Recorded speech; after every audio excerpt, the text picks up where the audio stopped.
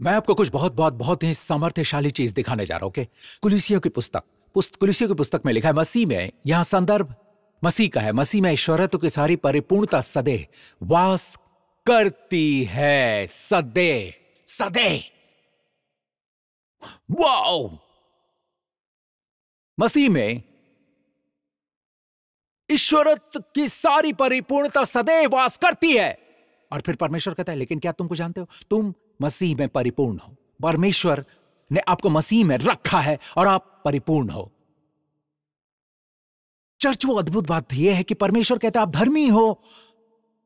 आजकल कलीसियों में ऐसे संदेश दिए जा रहे हैं जो कहते हैं कि आपको पता है, अगर आप पर्याप्त पवित्र हो तो एक दिन आप धर्मी हो जाओगे। नहीं नहीं नहीं मेरे मित्र, आप मसीह में परिपूर्ण हैं। आप 10 साल के मसीही की तुलना में कम परिपूर्ण नहीं है, आप मसीह में परिपूर्ण हैं। और मसीह में ईश्वरत्व की सारी परिपूर्णता सदैव वास करती है। तो हमने जो किया वो यह है कि हम आरंभिक बिंदु पर हैं, आप मसीह में परिपूर्ण हैं, और हमने इसे अंतिम बिंदु बना दिया है। यही समस्या है। हम लोगों से कहते हैं एक दिन अंतिम बिंदु।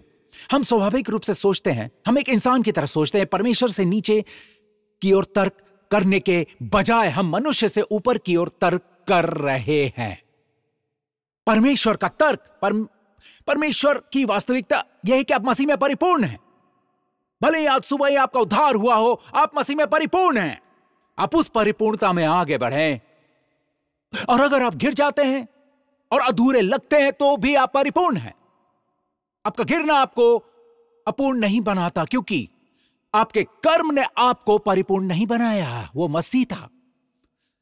तो ये एक प्रारंभिक बिंदु है। प्रारंभिक बिंदु यह है कि आप परिपूर्ण है। प्रारंभिक बिंदु को अंतिम बिंदु न बनाएं। आपको मनुष्य की शिक्षाओं से सावधान रहना होगा। यहां तक कि आपके मित्रों, आपके सहकर्मियों में मैं आपको बता सकता हूं, यह स्वाभाविक शिक्षा नहीं है। अनुग्रह स्वाभाविक नहीं है। स्वाभाविक यही है, परमेश्वर को प्रसन्न करने का सर्वश्रेष्ठ प्रयास करें। और इन दिनों किसी एक दिन अगर परमेश्वर देखता है पर्याप्त ईमानदार हो, आप पर्याप्त गंभीर हो, तो पता है शायद यहां आप वहां से यूहन्ना है, वहां की लूसी से ज्यादा परिपूर्ण हो जाएंगे। आप बेहतर स्थिति में होंगे। हालेलुया। मैं आपको बता दूं, मैं शायद यहां थोड़ा बढ़ा चढ़ा कर कह रहा हूं, लेकिन लोग ये सोचते, ये शुरुआत में ये कहना कि आप परिपूर्ण हैं आपको उलझन में डाल देगा। आप उस पूर्णता के एहसास के साथ आगे बढ़े।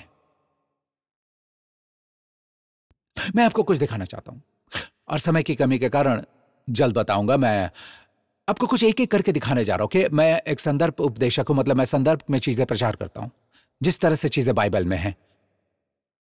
यूहन्ना 19 में क्रूस की कहानी है, राइट? यीशु ने अंत में क्रूस पर पुकार कर क्या कहा? पूरा हुआ। ऑलराइट, पूरा हुआ। यूहन्ना 19 वचन 30 उसने कहा पूरा हुआ। क्या मैं सही हूं? यही से सब कुछ शुरू होता है।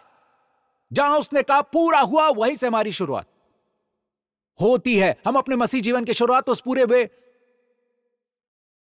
कार्य से करते। जब यीशु कहता है पूरा हुआ, तो क्या पूरा हुआ?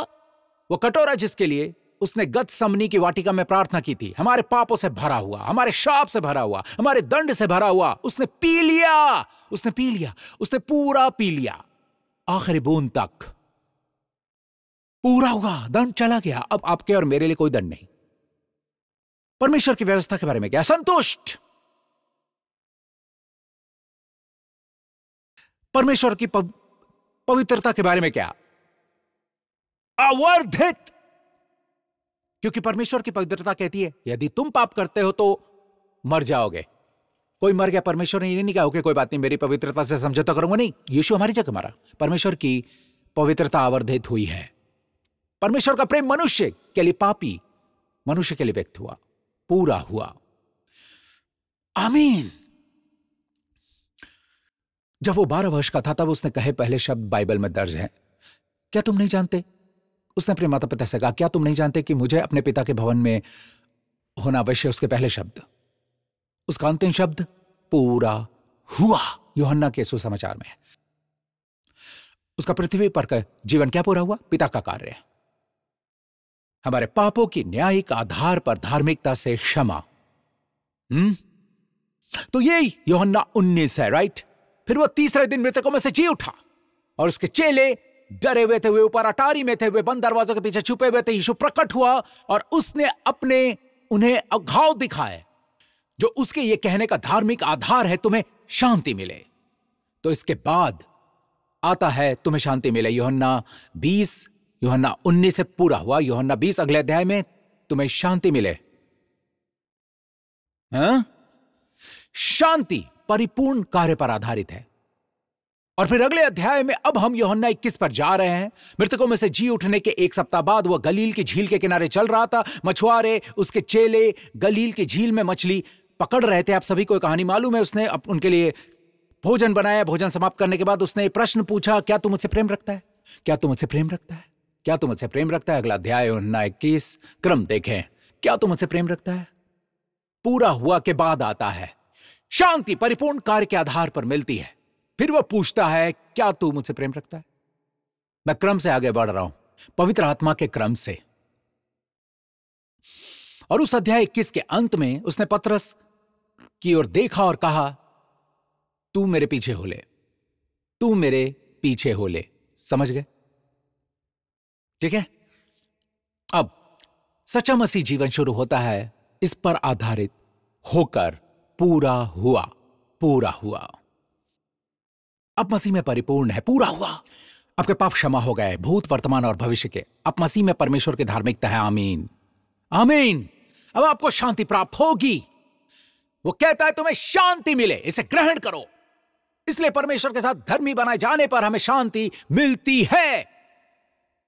इसलिए विश्वास से धर्मी ठहराए जाने पर हमें परमेश्वर के साथ शांति मिलती है। ओके, इसे प्राप्त करें। इसके बाद वह आपसे अगला प्रश्न पूछता है। जब आप परिपूर्ण कार्य में विश्राम कर रहे होते हैं, जब आप परमेश्वर के साथ शांति का आनंद ले रहे होते हैं, तो आप जानते हैं कि आपके बीच कोई दीवार नहीं है और आपके और परमेश्वर के बीच कोई भी दीवार नहीं है। परमेश्वर आपका पिता है, वो आपके बहुत करीब है। वो पूछता है, मैंने तुम्हारे लिए जो कुछ भी किया, उसके बाद क्या मुझ में ऐसा कुछ है जो तुम देखते हो जिससे तुम मुझसे प्रेम करोगे? ये प्रश्न है। हम कहते हैं हाँ।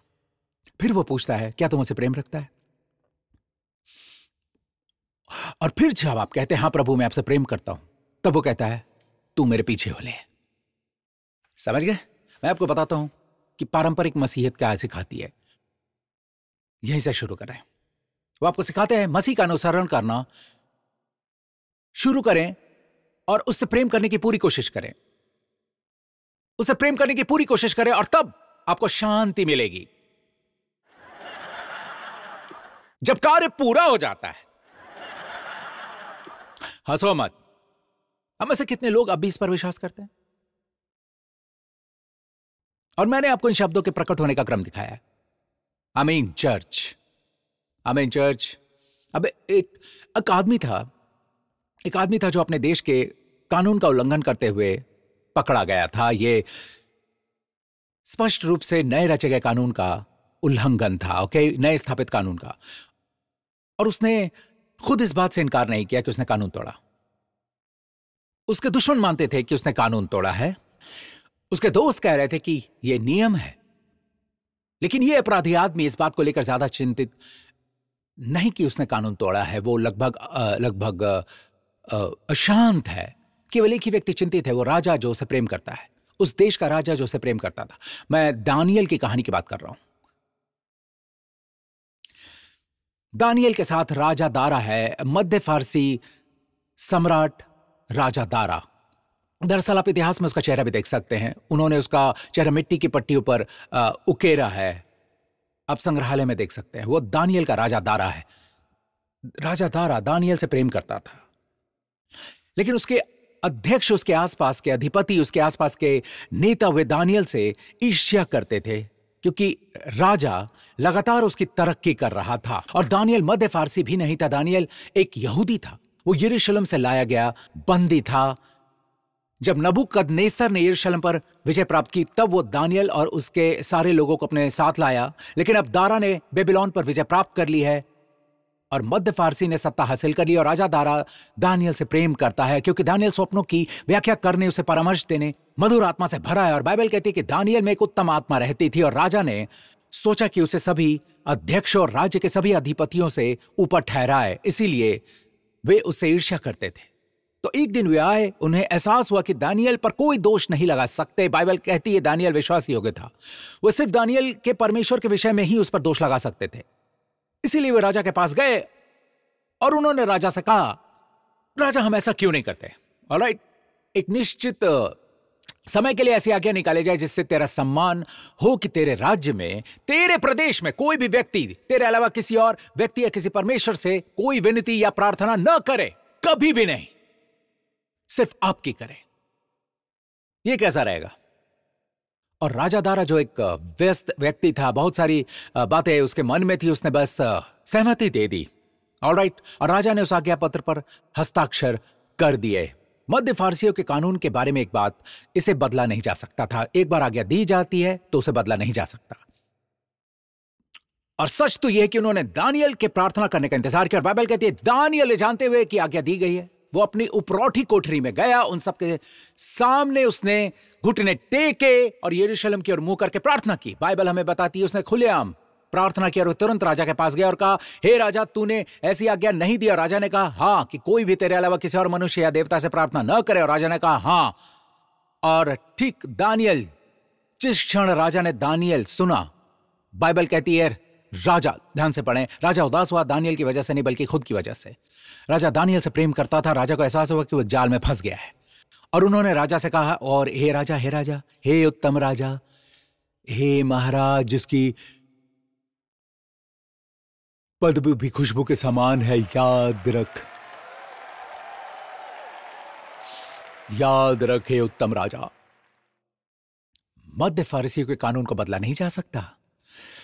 राजा ने उस पर मुहर लगा दी थी और राजा इस बात को जानता था। और बाइबल कहती है राजा सूर्य के अस्त होने तक उसे बचाने का यत्न करता रहा। यह बाइबल में है, लिखा है कि राजा सूर्य के अस्त होने तक दानियल को बचाने का यत्न करता रहा। और इसका नतीजा यह है कि जो कोई ऐसा करेगा उसे सिंहों की मान में डाल दिया जाएगा। तो बाइबल कहती है राजा सूर्य के अस्त होने तक उसे बचाने का यत्न करता रहा। और शाम के समय दूसरे हाकिम उसके पास आए और कहा कि हे महाराज, इसे याद रखना, हमें आपके राज्य की चिंता है। मध्य फारिसियों के कानून को बदला नहीं जा सकता। अंत में ठीक यहां एक राजा है जिसका कानून है, उसका दिल एक दूसरे से मेल नहीं खाते। उसका दिल पूरी तरह से दानियल की ओर लगा था, एक दिशा में, उसका कानून दूसरी दिशा में जा रहा था ताकि दानियल को सिंहों की मान में डाल दिया जाए। दोनों को बनाए रखना उसके लिए संभव नहीं था। उसे या तो अपने दिल दानियल के प्रति अपने प्रेम को ठुकराना था या अपने न्याय के दावों को पूरा करना था। पर वो दोनों चीजें एक साथ नहीं कर सकता था। आखिरकार न्याय की जीत हुई। राजा ने अनिच्छा से कहा, आगे बढ़ो, उसे ले आओ। तो उन्होंने दानियल को पकड़ा और उसे सिंहों की मांद में डाल दिया। जैसे यह खूंखार सिंह है, बिल्ली के बच्चे नहीं हैं। ये म्याऊ म्याऊ नहीं करते, ओके? ये खूंखार सिंह है। मुझे कैसे पता? क्योंकि बाद में जब दुश्मनों को डाला गया तब वे गड्ढे की पेंदी तक भी ना पहुंचे, सिंहों ने उन पर झपट कर सब हड्डियों समेत उनको चबा डाला। और बाइबल कहती है उस रात दानियल को सिंहों की मान में डाले जाने के बाद राजा रात भर सो ना सका। तो उसके सामने नाचने वाली स्त्रियां नहीं लाए। एक अनुवाद कहता है कि उसके सामने कोई संगीत नहीं पेश हुआ, उसकी नींद उड़ गई, वो सो ना सका। भोर ही को, वैसे जब वे दानियल को सिंहों की मांद की ओर ले जा रहे थे, तब दानियल ने कुछ आखिरी शब्द सुने। राजा ने कहा, तेरा परमेश्वर जिसकी तू नित्य उपासना करता है वही तुझे बचाए। और बाइबल कहती है वो उस रात वो सोया नहीं था। अगली सुबह वो उठा। बाइबल कहती है वो फुर्ती से दानियल के सिंहों की मांद की ओर चला गया और उसने कहा, हे हे हे दानियल, क्या तेरा परमेश्वर तुझे बचा सका? आइए इस कहानी को यहां देखें। भौर को पौ फटते ही राजा उठा और सिंहों के गड्ढे की ओर फुर्ती से चला गया। जब राजा गड्ढे के निकट आए तो शोक भरी वाणी से चिल्लाने लगा। और दानियल ने कहा, हे दानियल, हे जीवते परमेश्वर के दास, क्या तेरा परमेश्वर जिसकी तू नित्य उपासना करता है तुझे सिंहों से बचा सका है? अगला, तब दानियल ने राजा से कहा, हे राजा, तू युग युग जीवित रहे। मेरे परमेश्वर ने अपना दूध भेजकर सिंहों के मुंह को ऐसा बंद कर रखा कि उन्होंने मेरी कुछ भी हानि नहीं की। इसका कारण यह है कि मैं उसके सामने निर्दोष पाया गया। और हे राजा, तेरे सम्मुख भी मैंने कोई भूल नहीं की। तब राजा ने बहुत आनंदित होकर, केवल आनंदित ही नहीं, वो दानियल से प्रेम करता था, दानियल को गड्ढे में से निकालने की आज्ञा दी। अतः दानियल गड्ढे में से निकाला गया और उस पर हानि का कोई चिन्ह न पाया गया, क्योंकि वो अपने परमेश्वर पर विश्वास रखता था। लेकिन ये देखिए अगला, तब राजा ने आज्ञा दी कि जिन पुरुषों ने दानियल की चुगली खाई थी वे अपने अपने बाल बच्चों और स्त्रियों समेत लाकर सिंहों के गड्ढे में डाल, और वे गड्ढे की पेंदी तक भी न पहुंचे कि सिंहों ने उन पर झपट कर सब हड्डियों समेत उनको चबा डाला। मैंने आपको बताया था, ये सचमुच खूंखार सिंह जिन्होंने कई दिनों से कुछ भी नहीं खाया था। अब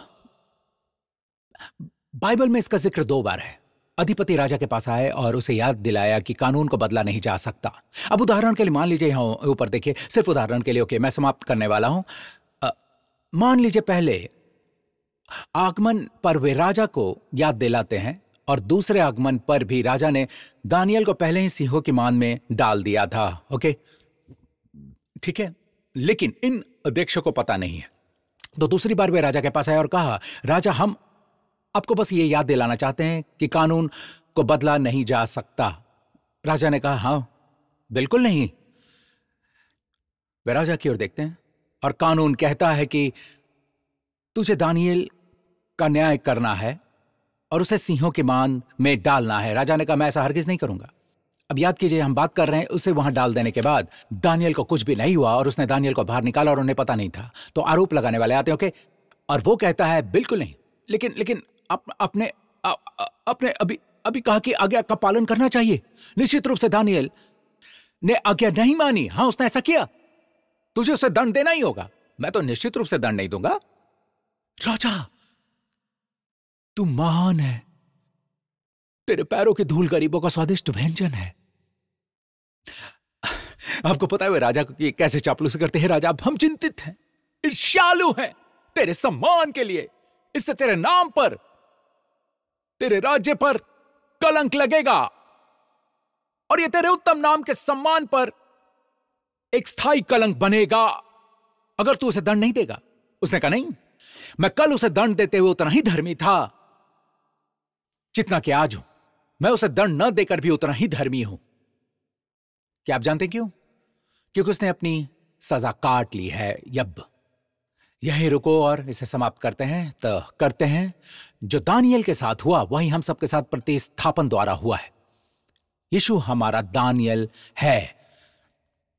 वो आपके लिए और मेरे लिए सिंहों की मान में गया, क्योंकि व्यवस्था तोड़ी नहीं जा सकती। लेकिन हम सब ने व्यवस्था तोड़ी है, राजा का नियम हम सब ने, ओके।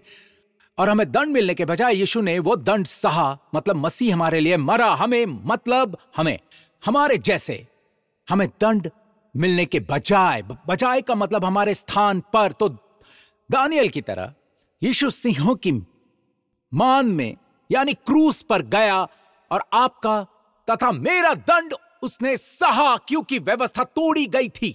हमने परमेश्वर की आज्ञाओं का उल्लंघन किया है। आमीन। उसने हमारी जगह ली, हमारे सारे पापों के लिए उसे पूरी सजा मिली और फिर उसने पुकार कर कहा, पूरा हुआ, पूरा हुआ। और राजा परमेश्वर पिता ने उसे दंड के स्थान सिंहों की मान से मृतकों में से जिलाया। आमीन। और उसने ये सब अपने लिए नहीं किया, उसने ये हमारे और आपके लिए किया। तो अब आरोप लगाने वाला आमतौर पर लोगों के मुंह से, लेकिन आरोप लगाने वाला असल में शैतान है, जिसे आरोप लगाने वाला कहा जाता है। उसने लोगों के मुंह का इस्तेमाल किया। वो आकर कहेंगे कि फला ने व्यवस्था तोड़ी। वो आज भी आता है और कहता है, लेकिन फला ने, हे परमेश्वर, उसने ये किया, उसने वो किया, उसे दंड मिलना चाहिए। और परमेश्वर कहता है, नहीं, ऐसा नहीं होगा। और जब मैं कहता हूं कि ऐसा नहीं होगा, तब मैं मेरे पुत्रों और उनके पापों के लिए क्रूस पर मरने के लिए भेजते वक्त जितना ही धर्मी हूं, आज मैं धर्मी हूं मेरे लोगों को दोषी ठहरा कर नहीं। अगर मैं मेरे लोगों को दोषी ठहराता हूं जबकि उनके स्थानपन को उनके पापों के लिए दोषी ठहराया गया, तो यह न्याय का हनन है। मैं अधर्मी ठहरूंगा, तो मैं अधर्मी नहीं हो सकता।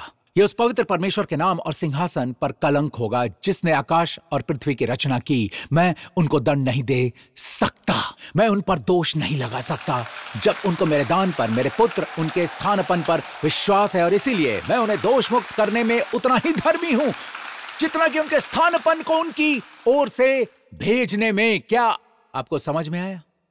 जब मैं इसे पढ़ रहा था, प्रभु ने मुझसे बात की, लेकिन पुत्र देख, सभी आरोप लगाने वालों का क्या हुआ? उन्हें उनकी पत्नियों और उनके बच्चों के साथ सिंहों की मांद में डाल दिया गया। चर्च में आपको कुछ बताना चाहता हूं, जब बात परमेश्वर के किसी और बच्चे की आती है तो वो चाहे कुछ भी हो, जिसे परमेश्वर ने शुद्ध किया है उसे अशुद्ध मत कहो। आपको पूरी कहानी नहीं पता, आप नहीं जानते, जो भी हो आरोप लगाने वाले मत बनो, शैतान का काम उसके लिए मत करो। ओके? ये बहुत खतरनाक बात है। और हम जानते हैं कि आज सिंह कौन है, जो दहाड़ते हुए सिंह की तरह घूमता है। लेकिन इस वचन के आधार पर वो सिर्फ उन्हीं को फाड़ कर खा सकता है जो दूसरों पर आरोप लगाते हैं। दूसरे शब्दों में वो उसके जैसे हैं। एक और बात, आपको खुद पर भी आरोप नहीं लगाना है। और सभी लोगों ने कहा, इस पूरी जगह मैं बस उन लोगों का मार्गदर्शन करना चाहता हूं जिन्होंने कभी यीशु मसीह को अपना निजी उद्धारकर्ता और प्रभु के रूप में स्वीकार नहीं किया। इसीलिए उसके आपके लिए एक प्रतिस्थापन के रूप में जो किया वो आपके जीवन में साकार या वास्तविक नहीं हुआ है, क्योंकि आपने उसे अपना प्रतिस्थापन नहीं बनाया, आपने उसे अपना उद्धारकर्ता नहीं बनाया है। और अगर आप उसके द्वारा किए गए कार्य को आनंद लेना चाहते हैं तो अभी मेरे साथ ये प्रार्थना करें, कोई भी इधर उधर ना देखें। ऑलराइट? किसी की खातिर नर्क मत जाओ। ओके? आपका प्राण अनमोल है। आमीन। कोई भी एक दिन नर्क में ये कहकर नहीं जा सकता कि वो वहां परमेश्वर के दंड के कारण है। नहीं, वे वहां इसलिए हैं क्योंकि उन्होंने परमेश्वर के प्रेम को अस्वीकार किया। आमीन। बाहर निकलने का रास्ता दिया गया है, और ये इससे भी बढ़कर है कि आप जीवन में राज कर सको और जीवन में मृत्यु के बंधन में न फंसो। मित्र के बंधन में न फंसो। मित्र, अगर आप वही हो, चाहे आप कोई भी हो, आपको यीशु को स्वीकार करने के लिए प्रार्थना करनी चाहिए। वही प्रार्थना भी मेरे साथ अपने दिल से करें। कहीं स्वर्गीय पिता, मुझे विश्वास है कि आप मुझसे प्रेम करते हो, कि आपके प्रेम में मुझे दोषी ठहराने या मुझे नर्क भेजने की इच्छा नहीं है, बल्कि आपने मुझसे प्रेम किया है और आपने अपने पुत्र यीशु मसीह को मेरे पापों के लिए क्रूस पर मरने के लिए भेजा। उसने अपना लहू बहाकर मुझे हर पाप से शुद्ध किया है। आपने उसे मरो हुओं में से जिलाया और वो आज जीवित है। और यीशु मसीह अभी और सदा के लिए मेरा प्रभु और उद्धार करता है। मेरे सारे पाप क्षमा हो गए हैं। परमेश्वर अब मेरा पिता है और मैं उसकी संतान हूं। धन्यवाद पिता, यीशु के नाम से। और सभी लोगों ने कहा आमीन, आमीन, आमीन। खड़े हो जाएं। मैं आपको आशीषों के साथ विदा करता हूं। याद रखें, सुरक्षा यीशु द्वारा दिए गए दानों में से एक है और परमेश्वर लोगों पर सुरक्षा थोपता नहीं है। आपको सुरक्षा की इच्छा रखनी पड़ती है। आमीन। यीशु ने यही कहा था जब उसने कहा था कि कितनी बार मैंने चाहा कि जैसे मुर्गी अपने बच्चों को अपने पंखों के नीचे इकट्ठा करती है, वैसे मैं तेरे बालकों को इकट्ठा कर लूं, परंतु हे यरूशलेम, तुमने न चाहा। और 2000 वर्षों से कैसी त्रासदी हमने देखी है। परमेश्वर की ओर से नहीं, बल्कि शैतान उसके लोगों पर हमला कर रहा है। लेकिन हम में से कितने लोग उसके पंखों के नीचे आना चाहते हैं? सुरक्षा को हल्के में मत लो। आमीन, आमीन। आप नींद में नहीं मरोगे। यहां किसी को यह डर है, और मैंने अभी आत्मा को यह कहते सुना, आप नींद में नहीं मरोगे। हो सकता है आपका दोस्त दिल का दौरा पड़ने या किसी और वजह से मर गया हो, आपके साथ ऐसा नहीं होगा। आप जानते हैं आप कौन है। मैंने अभी आत्मा को यह कहते सुना, ओके, ये इस सारी जगह अपने हाथों को उठाएं। इस आने वाले सप्ताह में प्रभु आपको अब्राहम की आशीषों से और व्यवस्था विवरण 28 की आशीषों से आशीषित करे, और प्रभु स्वयं आपकी रक्षा करे। और प्रभु स्वयं आपकी रक्षा करता है तो आप सुरक्षित हैं। प्रभु स्वयं आपको दुर्घटनाओं, खतरों, बीमारी, व्याधि, बुरे लोगों, अंधकार की सारी शक्तियों और दुष्ट से बचाता है। प्रभु आप पर अपना मुख चमकाएं, आप पर अनुग्रह करें। प्रभु आप पर अपना मुख प्रकाश चमकाएं और आपको और आपके परिवारों को अपना शलोम प्रदान करें। यीशु के नाम से परमेश्वर के बच्चों उसे पिता कहना याद रखें और अब उसके प्रेम को महसूस करें। आमीन। परमेश्वर आपको आशीषित करे। फिर मिलेंगे।